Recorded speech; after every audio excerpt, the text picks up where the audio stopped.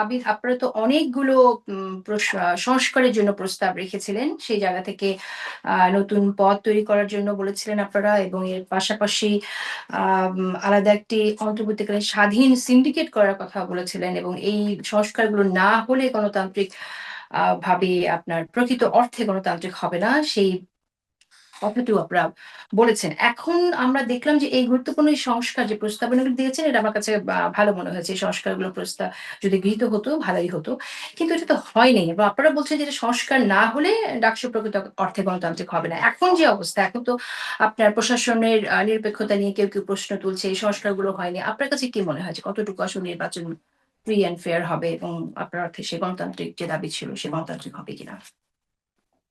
দেখেন, আমরা একটা নির্বাচনমুখী এবং গণতন্ত্রমুখী একটি সংগঠন। 2019 সালে যখন আমাদের ক্যাম্পাসে একদমই কিছু ছিল না, তখনও কিন্তু আমরা নির্বাচনে অংশগ্রহণ করেছি, যেটা ছিল একটা পুরোপুরি ভাবে কারচুপি নির্বাচন, এবং ফেক লাইন তৈরি করে করে ভোটারদেরকে ভিতরে ঢুকতেও দেওয়া হয়নি, এমন একটা নির্বাচন ছিল। সেটাতেও কিন্তু আমরা অংশগ্রহণ করেছি। আমরা আমাদের জায়গা থেকে বিশ্ববিদ্যালয়ের স্বার্থে বিশ্ববিদ্যালয়কে অধিকতর গণতান্ত্রিক প্রতিষ্ঠানের উত্থানের জন্য যত আইডিয়া গুলো প্রয়োজন, আমরা আমাদের জায়গা থেকে সেগুলো শেয়ার করেছি। আমরা চাইনি যে বিশ্ববিদ্যালয়ের যে মানে ডাকসুর যে প্রেসিডেন্ট কর্তৃক পদাধিকার বলে ভিসির হয়ে থাকে, সেটাতে আমরা ঘোর আপত্তি জানিয়েছি। অনেকগুলো সংগঠন সেখানে আপত্তি জানিয়েছে। অনেকগুলো সংগঠনই সেখানে আপত্তি জানিয়েছে যে ডাকসুর ভিপি পদটা যেন দুঃখিত, প্রেসিডেন্ট পদটা যেন নির্বাচিত হয়। তাছাড়া আমরা ভাইস প্রেসিডেন্ট পদে কিন্তু আমরা একজন ছেলে একজন মেয়ে পেয়েছিলাম। অধিকতর উইমেন এম্পাওয়ারমেন্টের জন্য, মানে উইমেন এম্পাওয়ারমেন্টের যে জায়গাটা, সেই জায়গাটাকে সামনে রেখে নারীদেরকে আরো বেশি এই যে রাজনীতি এবং রাজনীতিতে ইনভলভ করা, রাষ্ট্রে ইনভলভ করার জন্য আমরা আমাদের এই মানে মানে ভিপি পদে, এজিএস পদে জায়গাগুলোতে আমরা একজন ছেলে একজন মেয়ের জন্য আবেদন করেছিলাম।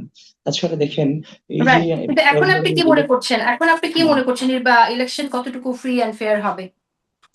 দেখেন, নির্বাচন কতটুকু ফ্রি এন্ড ফেয়ার হবে সেটা নিয়ে সত্যিকার অর্থে সন্দেহ আছে। কারণ ইতিমধ্যে আপনারা দেখতে পাবেন আমাদের যে প্রতিপক্ষ রাজনৈতিক সংগঠনগুলো, ছাত্র সংগঠনগুলো, তারা বিভিন্ন ধরনের মিথ্যা অভিযোগ এবং ক্লেম করে যাচ্ছে, প্রপাগান্ডা ছড়ানোর চেষ্টা করে যাচ্ছে, যেটা সত্যিকার অর্থে দুঃখজনক। এবং আমি এটাও মনে হচ্ছে অনুমান করছি, খুব অল্প সময়ের মধ্যে হয়তোবা আপনি দেখতে পাবেন এই সংগঠনগুলো যেগুলো এই মিথ্যা অভিযোগগুলো দিচ্ছে, এরা হয়তোবা, আমি যেটা ফিল করছি, এটা খুব শীঘ্রই হয়তোবা বলে বসবে যে আমরা নির্বাচন চাই না, এই নির্বাচন চাই না, নির্বাচন হতে দেওয়া হবে না, এই ধরনের কথা বলার সম্ভাবনা আছে। কারণ তারা প্রতিপক্ষকে রাজনৈতিক ভাবে মোকাবেলা করতে ব্যর্থ হয়ে নানান ধরনের অভিযোগ দিচ্ছে। আজকে দেখলাম যে আমি যখন হচ্ছে যে বিভিন্ন সাধারণ শিক্ষার্থীদের মাঝে যাচ্ছি, তাদের সাথে মোলাকাত করছি, তাদের কাছে কথা বলছি, সালাম বিনিময় করছি, তারা একসেপ্ট করছে, তারা খুব নিরাপদ মানে বোধ করছে আমাদেরকে, মানে হৃদয় দিয়ে তারা আমাদেরকে অ্যাকসেপ্ট করছে।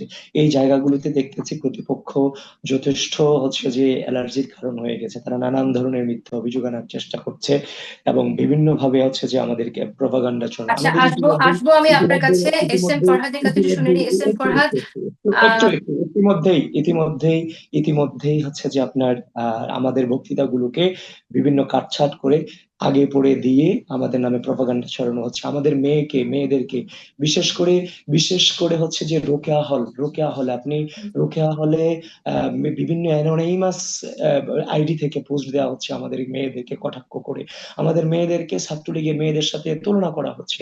এই যে মেয়েদেরকে আপনি আশ্চর্য হবেন, নখের ছবি, মানে হাতের নখের বড় বড় ছবি দেওয়া হচ্ছে বিভিন্ন অ্যানোনিমাস এটা পোস্টে, এটা বিভিন্ন কারা করছে? গ্রুপগুলোতে। এটা কারা করছে? অ্যানোনিমাসই করছে যারা হচ্ছে যে, অ্যানোনিমাস কারা করতে পারে, বিভিন্ন গুপ্ত সুপ্ত যে সংগঠনগুলো, এগুলোই করে বেড়াচ্ছে, আমাদের নারীদেরকে হেনস্থা করে বেড়াচ্ছে। আমি আজকে দুপুরে, আপনি আমার প্রোফাইলে দেখবেন, আমি আমার মেয়েদের সাথে বৈঠক করে একটা প্রোফাইল ভিডিও দিয়েছিলাম, সেই প্রোফাইল ভিডিওর নিচে এসে খুব দুঃখজনক রাতের রানী বলে নানান ধরনের কটাক্ষ করছে।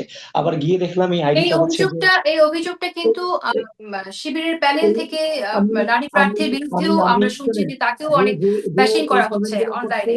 যে কমেন্ট গুলা হচ্ছে তারও জামাতের সাথে সম্পৃক্ততা দেখতে পাচ্ছি প্রোফাইলে। সুতরাং এভাবে যদি নারীদেরকে হেনস্থা করা হয়, আর এভাবেই যদি চারিদিকে আমার নারীদেরকে প্রতিবন্ধকতার সৃষ্টি করা হয়, তাহলে এই নির্বাচন আমরা প্রপারলি আশা করতে পারি যে নির্বাচন সুষ্ঠু এবং হচ্ছে যে সুষ্ঠু নির্বাচন হবে। তাছাড়া আমার ছোট ভাই এস এম ফরহাদ একটু আগে বলেছেন যে হচ্ছে যে বা আমরা তাদের সিনিয়রদের যে গল্প শুনিয়েছেন, হ্যাঁ নির্যাতিত হয়েছে, নিপীড়িত হয়েছে, তার প্রতি অবশ্যই সহমর্মিতা আছে। কিন্তু আমি আমি তো আমার সিনিয়রদের কথা বলছি না। আমার সিনিয়রও নির্যাতিত হয়েছে, গুম হয়েছে, খুন হয়েছে, কিন্তু আমি আমার গল্প বলছি 2016 সাল থেকে এখনো পর্যন্ত। তাহলে এস এম ফরহাদরা শুধুমাত্র প্রিভিয়াস গল্প বলছে, কিন্তু এস এম ফরহাদরা 2017-18 সেশনে বিশ্ববিদ্যালয়ে ভর্তি হয়েছে। 18 সাল থেকে 5 আগস্ট পর্যন্ত এস এম ফরহাদরা কোথায় ছিল? এত রাষ্ট্রপতি, এত শিক্ষার্থী বান্ধব, তাহলে এই ভাইরা কোথায় ছিল সেদিন?